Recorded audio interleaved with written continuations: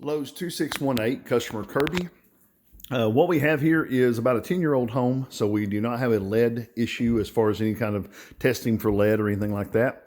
But these cabinets are apparently like a diamond cabinet. They really strongly look like the diamond cabinets, and I'll show you why I say that here in a minute. There's some features to the cabinets, but they are modular built cabinets that are manufactured cabinets. So all of these are standard sizes that you're looking at here. So I'll just start over here on the side. 2.5-inch filler, 42-inch base, 42 inches worth of upper cabinet, 30 over-the-range microwave, 30 stove, 9-inch tray right here, 9-inch tray. Up above it, I think it was a 21 as well to the top. Then this one was actually a 24-inch deep cabinet that's towered. You see that it's towered to 36 inches. And then it gives it that stepped up look in the corner. All of the moldings that you see in here, the return edge moldings and stuff, customer, I talked to them, they've got a crown molding that's in the room here. That's 104 to the bottom of the crown. It's 108 to the top of the crown. So when we start looking at heights, your top alignment is max 96 inches.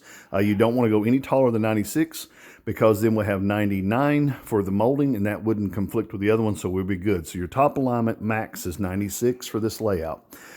We do have tile on the walls here. So if you're going to be looking at tear out for the cabinets, the tile work would probably have to be removed and plugged with new sheetrock. Talk to the customer about what they want to do with that. There is granite that's here in place now, and if that granite has to be removed as well through Lowe's, there is a disposal cost for that as well as tear out cost for that separate from the cabinet cost. So again, talk to the customer about what their needs are for the granite and the tile backsplashes. Start over here on this wall. This is a 36-inch cabinet. They put a 3-inch filler to the left of it and another 3-inch filler on the right-hand side. So that's 42 inches of space right there where the fridge is. Tons of extra room that you don't have to have. So 39 would be our size here. This is a fairly thick door. These are about 3.5, 4 inches thick. So for that door to open correctly, see the bumper on the wall right there where it's been touching the wall? For that door to open correctly, you need quite a bit of room for that to open correctly. So 39 inches minimum is what we need for that fridge layout. Here on the base, we have 15-inch base drawer 30, Lazy Susan 36, 9-inch tray. This is what I was talking about.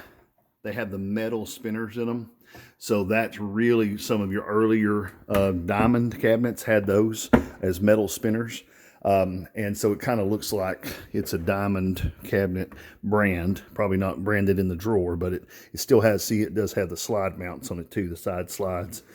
But as far as being modular cabinets, they are production modular cabinets. Now, the next thing we talked about was the floor. This is a pre-finished floor. It's about 10 years old. Looks like it's Bruce hardwood flooring and maybe the gunstock finish, I would say.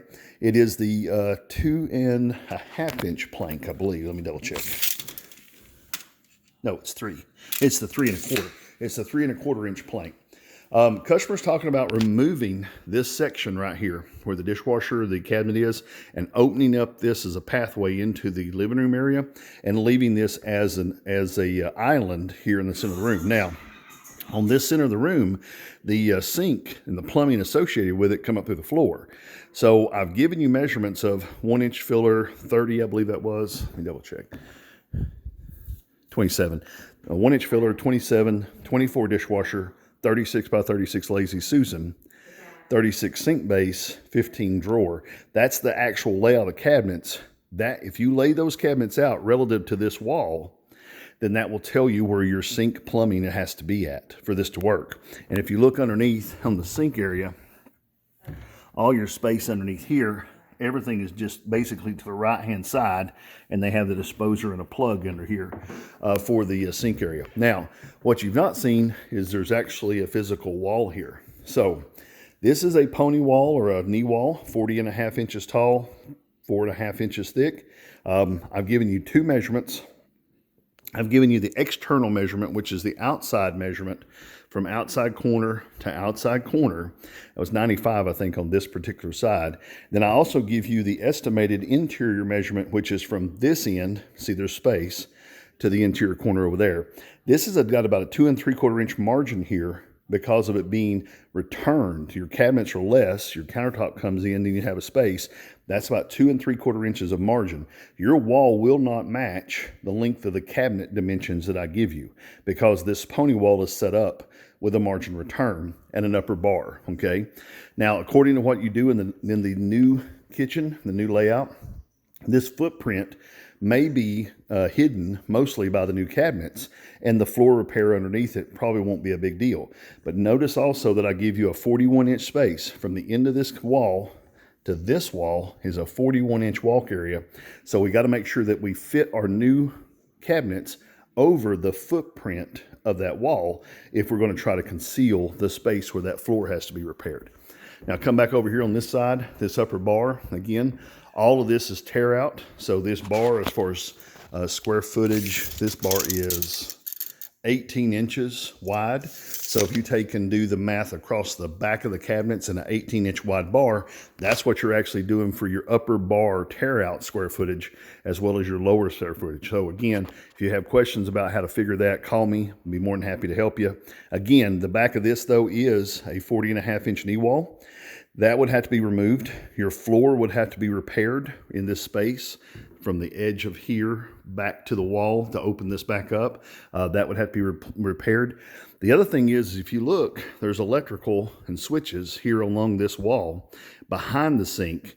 And I almost guarantee you that there's electrical in this wall because most of your electricians, when they do this, they'll pull stubs over here on this wall. They'll run them through the wall and then run them out the back. And then that's where they'll actually tie in for the back of that. I can't see that because it can't look in the wall, but that's how most of these are done.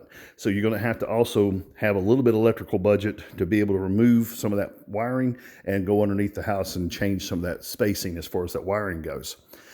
Now, as far as for us, this is as far as I can go. I do not have a preliminary drawing to check. I don't have a parts list to check. This is basically just a measure for me. I would recommend, since this is so extensive, for us to come back with a final drawing and do another final design drawing check, again, because there's a lot can be changed here. So again, if you have any questions about this kitchen, feel free to give me a call at 423-650-1051.